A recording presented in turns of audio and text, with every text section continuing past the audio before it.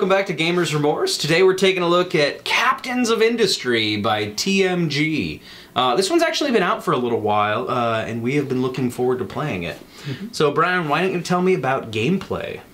Yeah, so the game is a very, I don't want to say typical economic game, because I feel like they actually do the economics quite different in the way that it balances, and you're producing goods and then trying to like underprice your competitor while still valuing your goods, but then you want them to buy your goods so you can get a bigger market share. So there's a lot of layers, I guess, going on and trying to make sure that people are willing to pay you, but at the same time, that helps you get more points so they don't want to take your goods. And I mean, I think it's fascinating trying to do that balance of Absolutely.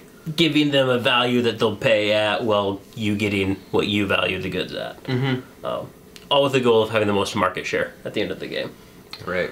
So all in all, I thought the gameplay was really well. I thought the mechanics worked well. There's a lot of layers of strategy based on how far you wanted to get into it. So I mean, I would recommend 1.5 out of 2 for the gameplay value.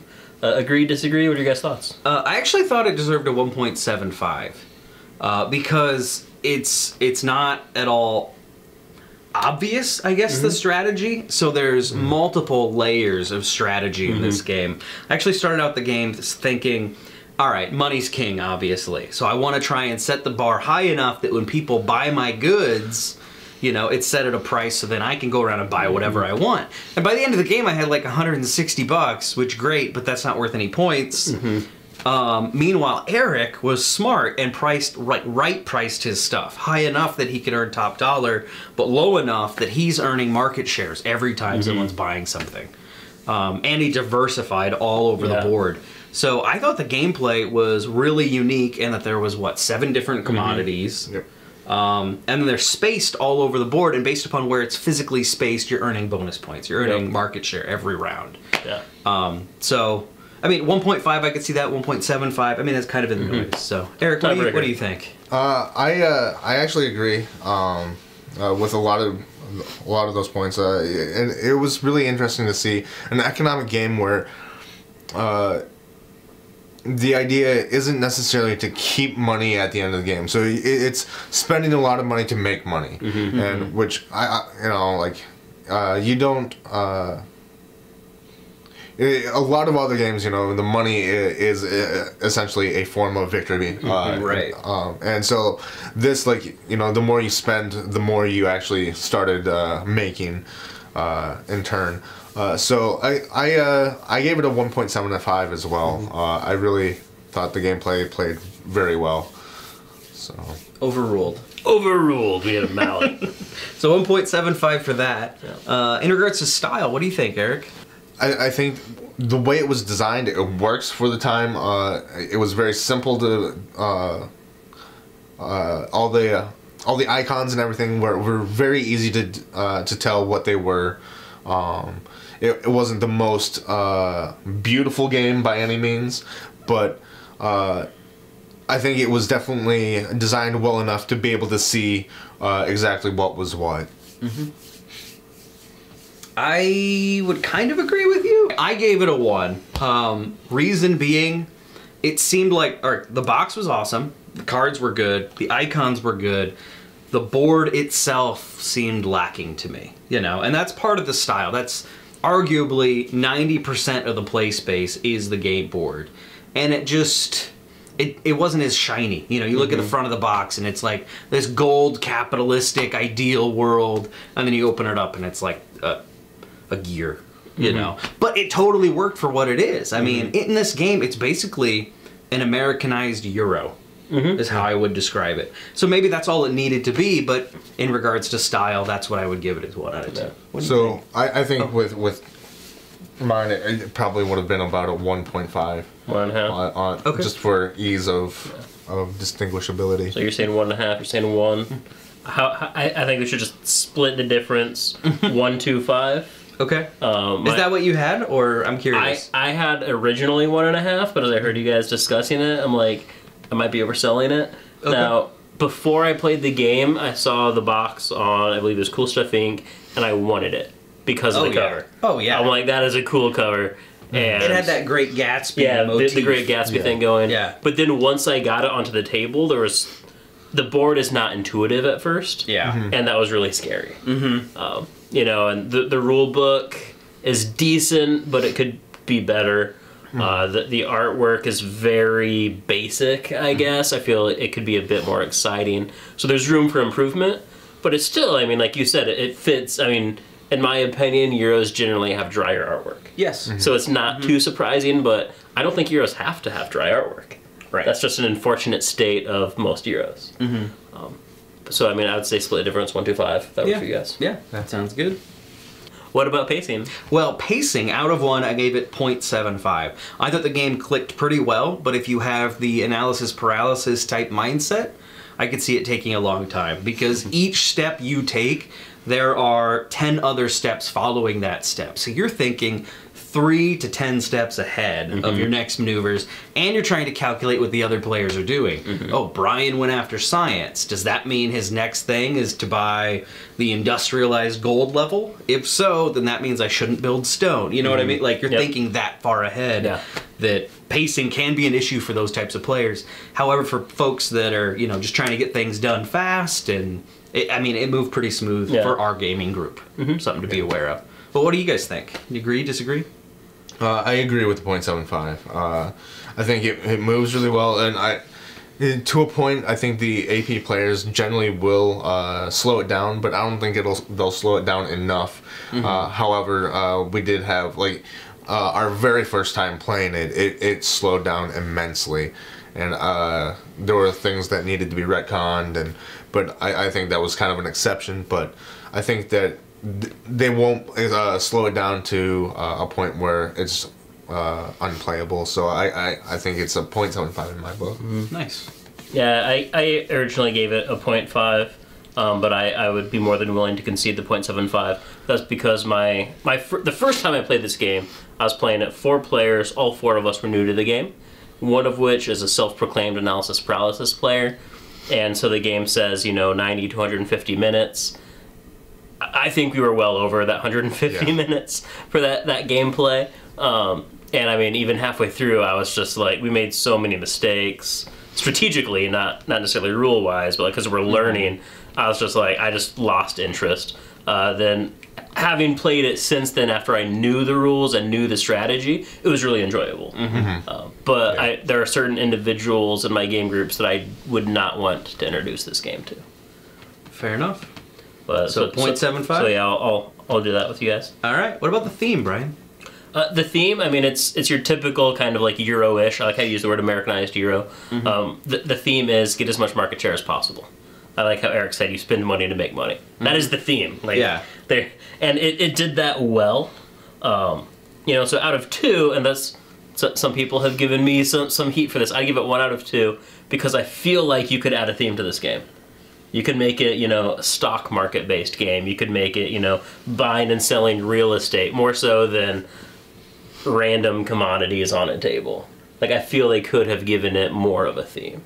I would argue but what are it you guys' has a thoughts? theme. So a lot of the cards that you picked up, your captains of industry, right? They each had a specific leader of that industry and a quote from them. So you had Ford, you had Rockefeller, you had others. I'm running out of I names. love good old other guy. I don't know who the gold captain of industry was. But anyway, all these different guys, and I think that's what it's saying is when America really started to industrialize, you're choosing these captains and diversifying your goods based upon their strategies, which then earn you victory points in the end. So I would argue there is theme, but it's very, very dry. I could see that, and I feel like they could have better theme. That's just, Okay. I'm a very thematic-based player. I love my Ameritrashy games, and that's a constant struggle for me in Euros. Like you say, the 20s era, like I thought it fit with the art and everything as well. I thought it fit fairly well. With the stock market, essentially, I think it played out just because such an economic and still, American Euro. It did fit really well. I gave it a 1.25 for Well, what was your? 1.25. You said 125. I said 1. Yeah. So I mean, 125 isn't a huge reach. I can accept 125. Right. You weren't saying 2. I mean, it definitely did have room for improvement Yeah. for thing, but Yeah. like it definitely accomplished what it was Yeah. doing. So. Agreed. All right. What do you think about ease to learn, Eric? I was the initial person teaching, which was a terrible idea for people. Rules were missed, but in the end, like it actually was fairly easy. The rule book, I mean, could have been done better, but it did address, the board, was very convoluted. But the rule book does actually describe specifically what is what on it, so it made it a lot easier to understand. It was fairly easy to teach. It's once you get rolling, it's actually not a very hard game to pick up. And this is out of 1, correct? Ease? Ease, yeah, is that a 1? 1. I gave it a 0.75. Okay. I think I would agree. Once you start playing it, and I feel like, if you're teaching a lot of new people, if it's one new person, they'll pick it up quickly. Yeah. If you're teaching 3 or 4 new people, I'd play a few rounds, and then I would say, would you guys like to start over now that you have an idea of how it works? I mean, I wouldn't do that an hour into the game. That would be tedious, especially, like 10, 15 minutes, because there's a lot of learning that you do through playing. Yes. Which, but like you mentioned, the rule book, I like it's well laid out with fonts and images. I feel like some things could have just been worded a bit easier. But yeah, that's where I think It was a bit wordy at times. Yeah. So. But yeah, once you know how to play, it's an easy game to teach. Yes. Yeah. Fair enough. I have no comment. I didn't read the rule book, so it was easy to understand when people told me what to do. Yeah. So Sit back and look 0.75. pretty, Sean. Yep. That's why you're here. Anyway, let's talk about replayability. I gave it 1.75 out of 2. I think there's a lot of replayability here. A lot of it depends on that first hand of cards. Who are your captains? How can you maximize your points? And go through and try and figure out, all right, these 2 cards kind of pair up. I know my strategy now, So every time you're getting a new hand of cards, you're changing your strategy. And also, depending on what these other 2 guys do, that totally changes my strategy as well. So 1.75 is what I gave it. I could play this game over and over. What do you guys think? Yep, I would agree. The main detriment for me is the playtime is 90 to 150 minutes. And as much as I love long games, I would much rather play a long game than multiple short games. But I'm in the minority in most of my game groups for that.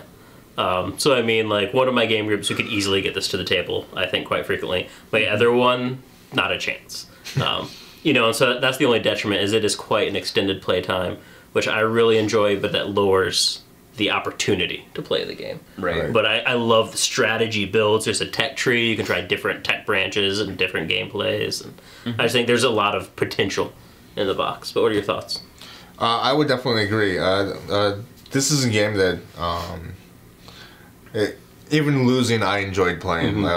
It's just one because, like, each time you lose, you discover new strategies. Yeah. And like Sean said, the cards may come up different each time. So one strategy won't work the next time. So you kind of got to alter and adapt.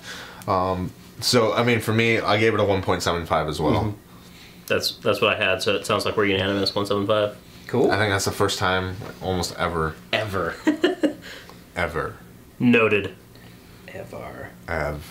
Forever. All right, so we gave Captains of Industry 7.5 out of 10. I think that's it here on Gamers Remorse. Tune in more for later shows. Oh, Captain, my Captain. Pathagen. Nice.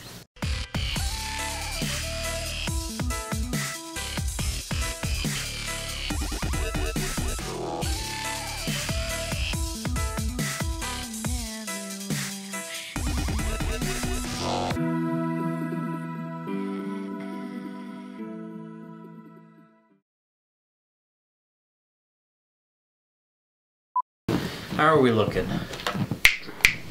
Pretty flat Just for a white making guy. sure that it went. Whenever you see the light, it means it's too loud, by the way. Like that Like when bottom we said row of yellow. Futagen? Yeah. Futagen! That's way too loud. Remember that one time you were ordering pizza? Mm-hmm. You're like, Futagen. And then I spit in the pizza. It was Oh, is that what that awesome. funky taste was? Totally was. Do we really want meat on camera? No. No, we don't. I feel like Eric's an angel or something. Look at that. Since when were you Wait, that's not Little Mermaid. going there? Little Mermaid. All right. What were you I gonna was say? going to say something that would make certain people upset if they succumb to a certain denomination. On that note, Cthulhu Futagen. what about pacing? Let me update my numbers so we have an official record. Pacing. What about pacing? One more time. What if they made it fantasy themed, right? I'm listening. So captains of fantasy. I'm listening. And you need I call dibs on Tolkien. You need 3 goblins and a dark elf to get a troll. Right? That a troll is- factory. And then from All right, the Eric, troll what do you fac- think about theme? Aw.